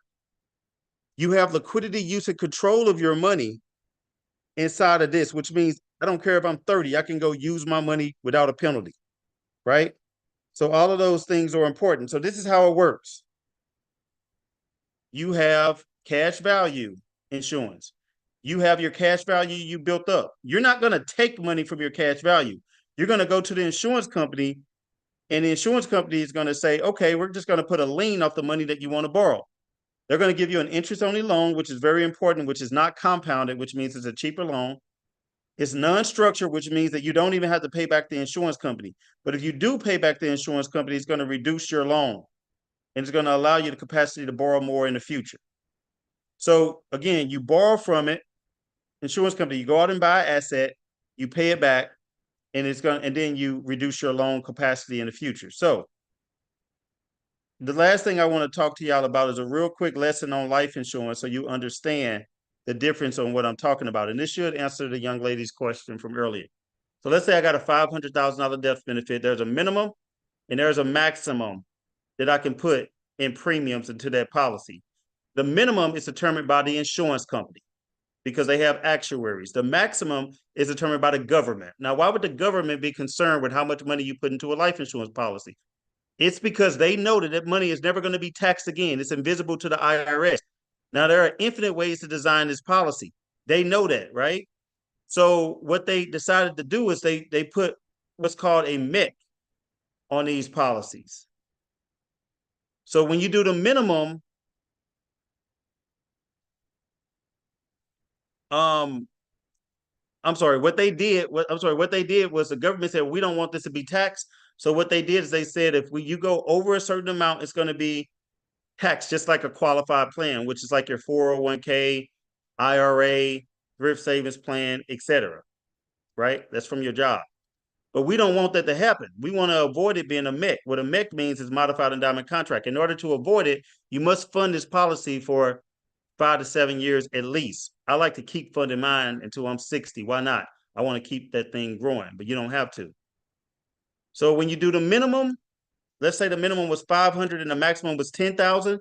If you're doing a minimum, that's called term insurance. The only benefit is death insurance. Now, death insurance obviously disappeared. I mean, it got to be still within that term time frame for it to count, for you to get the death benefit. If it expires, you don't get anything. So if I'm going to do $10,000 into a policy, it better be some good benefits like the tax deferred growth, tax-free distributions, and all of the rest of the benefits I mentioned earlier, right? So you want to structure this for the lowest death benefit and the highest amount of living benefit. Why? Because you pay the lowest fees, you're going to reduce your commissions by 70% of the agent, and more of your money is going to go to work for you in the living benefit. So this is how this works, you all. So cash value life insurance, when designed and utilized properly, can provide stable growth, cash value collateralization, guaranteed loan access, no annual tax on the growth, and death benefits, plus additional benefits as well, right? So what do you get? Whole life for IUL. IUL is great because especially you can borrow against it, but especially if you're looking at it long term, because you can use it for income guaranteed for the rest of your life as well. Whole life is good if you know that you're trying to, you don't care about the growth, you're going to get a little less growth, but you can borrow from it quicker, right? You can borrow from it quicker and you can borrow more of it from it quicker, most likely. So again, they're both great. We do have, if you have your trust, or if you want to talk to us about your insurance policy, you can visit the website. We have a consultation that's normally $497 that we'll do for free for any of Christina's wealthy trustees who have attended this presentation. You just have to go to insurancetrustcall.com. That's the second link that you see, my team, insurancetrustcall.com. And also insurancetrustcall.com. Hopefully everybody is following Christina on YouTube. Make sure you're following her on YouTube and also following me on YouTube as well. Christina, your show is 7 Ways to Wealth, or Wealthy Trustee, 7 Ways to Wealth. Yeah, my channel is 7 Ways to Wealth. I'll put your channel on there. Yeah, make sure y'all check it out. Enjoy the and mine information. is the Thriving Money Show. Now, I'll take a couple of questions really quick. Who has a question? I just wanted to say I enjoyed the information because I was always wondering what was IUL. I'd never heard of it. I'm like 70 years old, so I had never heard of it. It's just always been like term or whole, you know. So this is very interesting to me. And yes, awesome. I am with Christina. I'm a member already. So I'll be getting with you. Thank you very much. That is amazing. Well, you already are making smart decisions, so that's amazing. Yeah, I got a birthday on the 20th. I'm trying to get it together, you know. Absolutely. Absolutely. Well, again, congratulations to you for already taking action. Hopefully, some of these younger people in the room follow your lead. Oh yeah, you're they setting better, a good example. because what they're doing is just gonna lead to destruction. I just been chilling myself. Just You relax know, and it's try to great to get your learn life from together. somebody who's 70 years old because you have went through the cycle already Right. and you have been Oh yeah. told the lines that they're telling the Yeah. people, the younger people in Exactly. here. Like a lot of Yeah. them say, hey, when you're 65, you're going to need to live off of less because you're not going to need to spend more money. Now, what Yeah. have you noticed, ma'am? Have you noticed that your expenses are still basically the same, if not more in some cases? I remember I used to could buy things and I don't really feel that old, but I used to really buy things really cheap, at 10 cents and 5 cents. And so I'm Mm, watching the money, just constantly rise, how everything is more and more and more expensive hmm. from greedy people. It's just greed. It's straight Yeah. up evil and So greed going on. So So you what gotta she's pray, talking that's about all. is inflation, Yeah. you all. You're All not you got gonna is that. spend less because things are gonna cost more and you have to prepare for that. So that's great. Thank you Gotta so much. prepare for it. Yeah. Okay, you guys, welcome. I enjoyed you guys. That is awesome. Is there anybody else that has a question about what I just went over? All right, going once, Peace. going twice. Can you hear me? Hey, Marvin, I have a question. Yes. It's Holden. How you doing? I want to Hold know on, if I good. How are already you? have a. I'm doing good. If I already have an insurance policy, can you change that into a LLC's name, the ownership? Yeah, you could definitely change the ownership name. So even if you have one, you could change the ownership into a trust. You could change the beneficiary into a trust as well. So yes, definitely you can change it. All right, thank you. Absolutely. All right. Real quick, Christina. can you Oh, hear me? yes. Yeah. Which trust is the best one to use for the insurance policy out of the three? That is a question for Christina. So we're going to bring you back on. Christina, what do you recommend as the best? I would assume the family trust. But I was afraid I would get the answer wrong, but I believe it's a family trust, right? It is. It's the family trust. Yeah. So that's your asset holding trust. Your business is for business, assets. Sometimes people would, if they're in a position where they're getting multiple policies on themselves, then they will put one, policy for the business since they're like the key man. And then they'll get the rest of the policies with their family trust. But yeah, it's the family trust where you want to house your insurance policy. Okay, thank you. Thank And you one all more. so much. Which Hopefully this helps. Oh, go ahead. yeah, just one real quick. The family trust. What if you just need the family trust and you have the other two in place?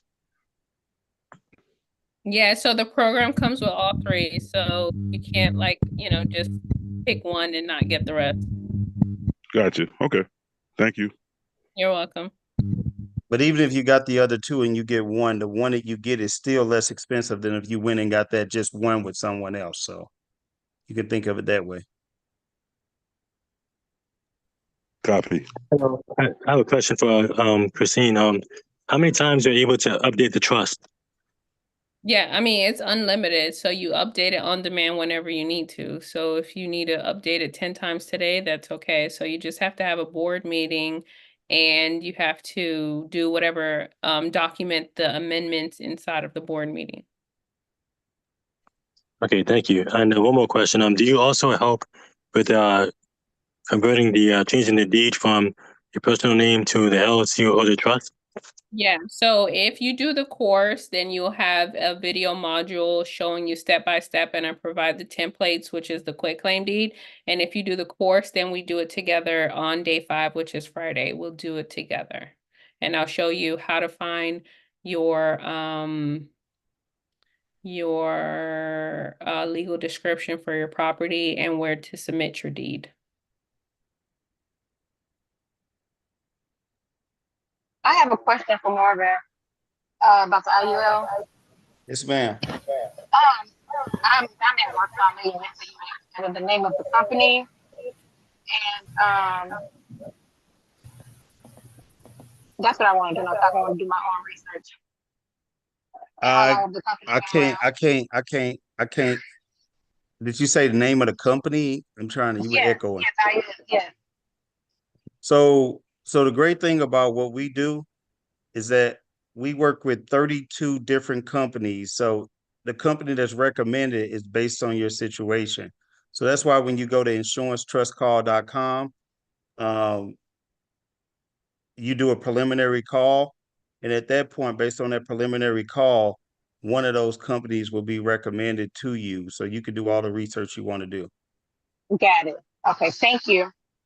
Absolutely.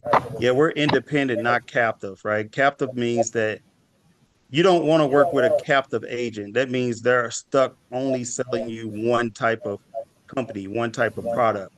But when you work with independent fiduciary, it's different because we have no loyalty or ties to any one company. We're going to give you the best company that's going to fit your need. Yeah, great question, though. All right. Do we have Hello? any questions? I got a quick question. Hello, Christina? Oh, Yeah. Okay. Wait, hold on. Who's that? Is that Patricia? Yes. Okay, we're gonna take Patricia and then we'll go with you, Earl. Okay, go ahead, Miss Patricia. I from the first class that we were in, I the information on doing the Dun and Bradstreet and all of that I kind of lost. And so I'm wondering, how do I get that information back? I Okay, went so do you have your login information, your login credentials? Because once you log in, you should have two modules. One is for the recordings with the Dun and Bradstreet, and then the other one is for the program. So the 4 and 5, for some reason, when I clicked on them, it said deleted. Okay, so I'm gonna have our program director reach out to you. So I'll send her a message now, and she'll reach out to you to help you navigate through that. Good deal. Thanks a All lot. Thanks for the right. information. You're welcome. All right. Thank you for being here. So, Earl, you have a question? yeah, it's real quick, and it's right in between you and Marvin where your knowledge meets. Okay. So, uh, it just popped in my head. I was thinking with the ministry trust, would you guys ever have like an IUL or whole life there and then mech it on purpose because of its tax status? Because I have a lot of people ask me if I'll like write a mech for their church since they don't pay taxes. I've never You're thought about it. you're thinking. You're definitely thinking. But I, I don't see why it wouldn't work. Let me do some research though on it, because if you do have a mech, then obviously it doesn't matter, right? Because with a mech, Right, because the because tax I do status. mech. I mean, a mech. I want to say a mech isn't a bad thing. This is for everybody. I know you know this, Earl, but a mech isn't a bad thing. I literally just put in $500,000 lump sum into policy, and I'm never going to fund it again, which makes it a mech, right? But it's Hmm. still tax deferred. It still has a death benefit. $500,000 death benefit gives me $500,000 one-time premium gives me the ability to still access that cash, even if I pay taxes on the interest. It doesn't matter. I get a $10 Hmm. million death benefit. $10 million death benefit, 500,000. I mean, it's crazy. My Legacy family is going to move. be set from that, right? Tax free, $10 million. Then I put that inside of the trust so I don't have to worry about even estate taxes. Because remember, life insurance, even though the benefits are tax free, they're not estate tax free. It's a big difference. So you want to cover yourself Hmm. from estate taxes. But man, that's a great idea. Let me look into that because you're right. You dump the money in there in a ministry trust. Doesn't matter if it's a MEC, because the ministry trust should already be tax free and irrevocable trust. So that's Right. great And I was thinking. thinking the cash would grow even faster, just because those ratios would be even better because you don't have to worry about Tamra and all the other stuff. Yeah, that's a great idea. Are you in the insurance industry? Yes, sir. Okay, I was going to say I don't typically hear people just talking about the technical terms like the TAMRA and DEFRA and all of that. So tell you know what you're talking about. But man, that's a great idea. I've never did it before, but I'm definitely going to be looking it up following this call. I got my license after I saw you on In the Vault with Ash Cash. I was like, I gotta get Really? out here and start making moves. Yes, sir. That's what's up. So I inspired you to get your license. That's what's up. And you didn't Yes, join my sir. team? I didn't know you had a team back then. Man, I got a team. So talk to me. We got to talk. Yes, sir. Thank you. That's awesome. Congratulations. All Yeah, right. that was way above my pay grade, okay? So, but No, that was that's good. smart. That's smart. Yeah, I'm gonna look it up. right. Let me know too, because I'm all into new strategies, okay? And Earl, he looks like a smart one. All Yes, right, who excuse me. next? Go I just ahead. have a question. Marvin, it's information in the chat. I didn't see it. I had got kicked out and kicked back in. Okay, I'll put it back in the chat. So I'm going to put the link for you to book a call with his team and then also his YouTube channel because he has a lot of more information on, on IULs and building wealth and stuff like that that you guys want to tap into, okay? Way more than what we can go over in this 90 minutes. So who's taking advantage of the trust workshop with 20% off? That's an amazing value, y'all. I'm literally not just saying that. I'm Quite frankly, already that's in. I got it. see somebody say she already got it. If you already got it, did you just get it today? No, I got it a couple of days ago. Congratulations. That's awesome. Congratulations. Yeah, take advantage of it, y'all, because it's a What no-brainer. I like about her is she's so thorough. She's very thorough and detailed, and I love that. She takes her time.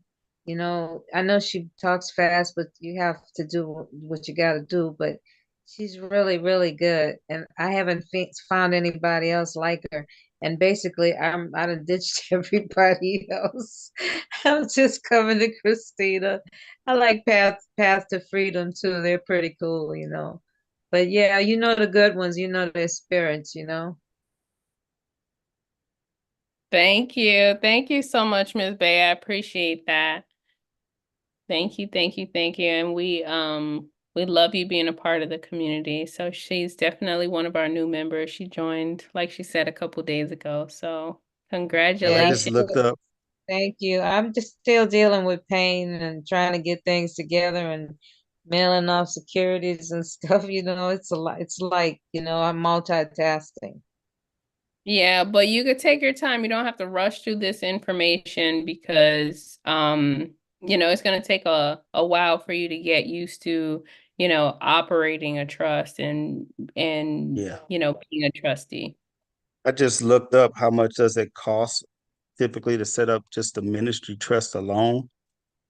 And I Googled it. I said anywhere on the low end, 3,500 to 25,000. So that's Yep. just one trust, just Yeah. one. Um, so I'm looking at it right here. It says a ministry trust.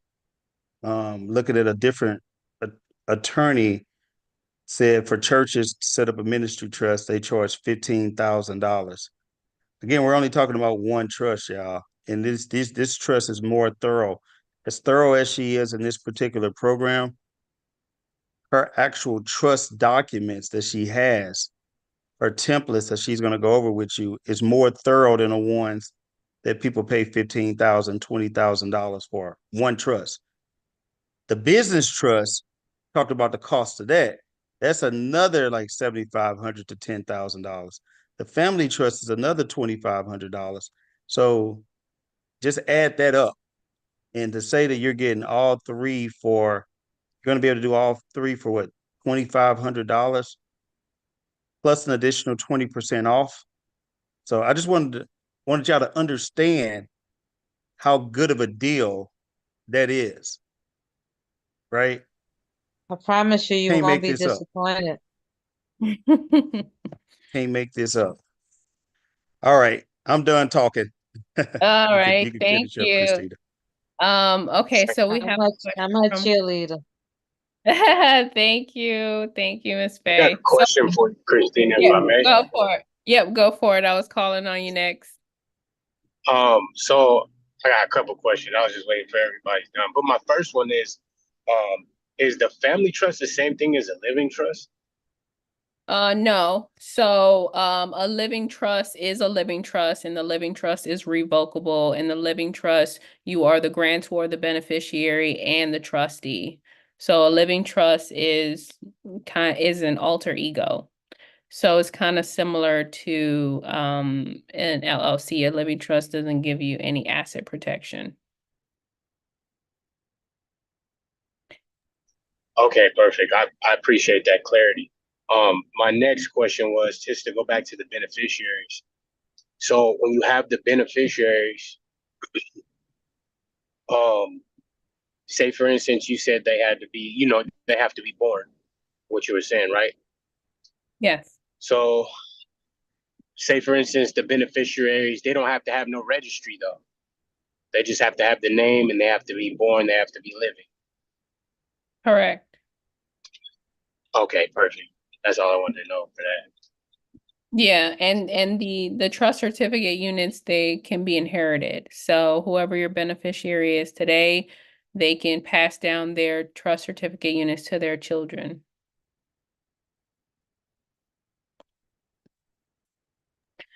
Okay, thank you. You're welcome. We have Wells of Wellness. Yes. Hi, Christina. Hi, how are you? What's your name? Tamara. Wells of Tamara. Wellness is so what I'm doing is I'm trying to build a possible business trust with my business and my husband's business. And my question is surrounding the BOI. I'm understanding that it is a requirement to be submitted, but my concern and question surrounding it is that when you do an irrevocable trust, that is a protection and added protection and layer. So with the BOI, it seems reversed, like there's vulnerable information private, especially if your name is not smartly tacked onto it as far as your business name. So how does that impact, and how would it affect me in the structure of my trust under a holding company? Yeah, that's a good question. So the first thing is that the BOI is applicable to the statutory entities, which are the LLCs, the corporations, and the nonprofits, right? Um, and so if you have a business trust, it's not applicable to you. But if you have an LLC that is owned by the business trust, then you have to disclose the business trust information. I'm not sure if they're gonna ask you further for trustee information or not. So that I don't have full clarity or disclosure on. And then from there, if you are a nonprofit or tax exempt, or if you're tax exempt, then it's not applicable to you either. So like the ministry trust or even any of the trust. Okay, so the BOI would not adversely affect the companies structured under the trust through a holding company if the BOI wouldn't affect the structure when I actually have a ministry trust within it or embedded. Correct. Okay, that was my only question. Thank you so much. You're so welcome. Thank you for asking that good question. I know that one's up a lot. Who's next? One more question, Christina. So would Yes. you advise if you have an LLC, to just dismantle it and go under the business trust to establish the business? So,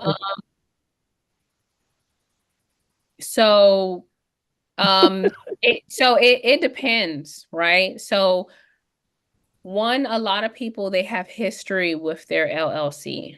right? They have established business credit, they've been in business for 20 years, all of these things.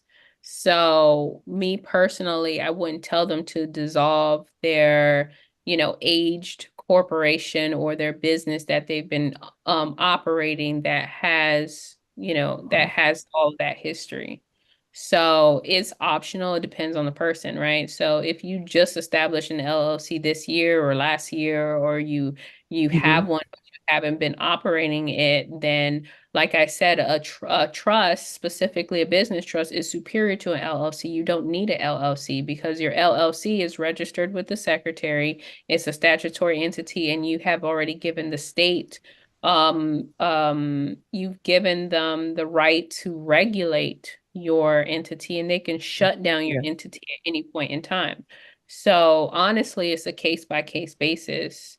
Some people, it would make sense for them to dissolve their LLC, for them to create a business trust with the identical name, and for them to continue to operate their business as a business trust now. And then some people, it just would not make sense. So it depends on their industry too. Like if you have a hospital, like it doesn't make sense. So Right. yeah, Okay. it depends. Okay, thanks. You're welcome. All right, guys. So do I have any other questions? Okay, I see Bell Shalundia Bell. Yes. Hello. How are Uh, you? great, great. I have two questions. They're both related, but I just wanted to know when it comes down to setting up the business trust and the family trust, are you able to set up multiple policies on the family trust, and are you able to set up multiple businesses in the business trust? You talking about the insurance policies? Yes. Okay. Yeah, you can set up multiple policies. So so you are going to be the insured, right? Or if you have multiple other insurers, like you can have as many policies as you want. So Marvin, is there like a limitation on how many policies somebody could have? I don't think so. I didn't hear that. So if you want to have No, I have six and about to get my seventh one. So I mean, you keep having it. as many as you want. Yeah. So there's no limitation. So if you wanted to get, multiple policies for yourself on your business trust and then multiple policies for yourself on your family trust, you can. And they can all go into that one trust. Yeah, they can go into any trust that you want them to go into. So Okay. all three of the trusts that I recommend, they're all irrevocable trusts, and all of them um have the capability of being the owner of your insurance policies. So you can choose. I always tell people to go with the family because the beneficiaries are different. So the beneficiary of the business trust, you want to make it the family trust. The beneficiary of your family trust are your children. The beneficiary of the ministry trust cannot be a human person. So the beneficiary of the ministry trust has to be an entity. So we usually make that the family trust. So that's why I always tell people, like, if you want those assets to go directly to your children versus another entity, then put the asset in the family trust. Okay, great. Thanks. You're welcome. You're welcome. All right, guys, we're about to wrap it up. It's 10:12. So, any last questions? We're about to wrap it up. Thank you so much for being here. One, definitely follow us on YouTube. So Marvin's YouTube is Thrive in Money. Mine's is 7 Ways to Wealth. The links are in the chat. Another thing is that you get 20% off for the next 24 hours. So use the code TRUST20. The website is wealthytrusty.com. If you have any questions, you can text back the number that you received the link for this webinar, or you can email me or my assistant. So you can email me at info@7waystowealth.com. You can email my assistant Aya at Iya@7waystowealth.com, and we'll be able to answer any questions that you might have. So that is it. Thank you so much for being here. tonight. The next webinar is going to be next week on Valentine's Day. So if you have any other questions, or if you want to invite a friend or a family member, I would really appreciate that. So I will see you guys next week, or I'll see you in the program. So the workshop is February 19th to the 23rd from 11 in the morning until 1 p.m. Eastern Standard Time, and you guys don't want to miss it, okay? So have a very good night, you guys, and I will see you soon. When is the workshop again? When is the workshop? The workshop is February 19th to the 23rd from Will 11 you send out a text for that, or email for the webinar? Yeah. So tomorrow you guys are gonna receive a detailed email with all of the program overview, and the workshop information is gonna be there as well. Thank you. You're so welcome. You guys have a good night. All right, good night. Thank you. Bye. Good night. Good night.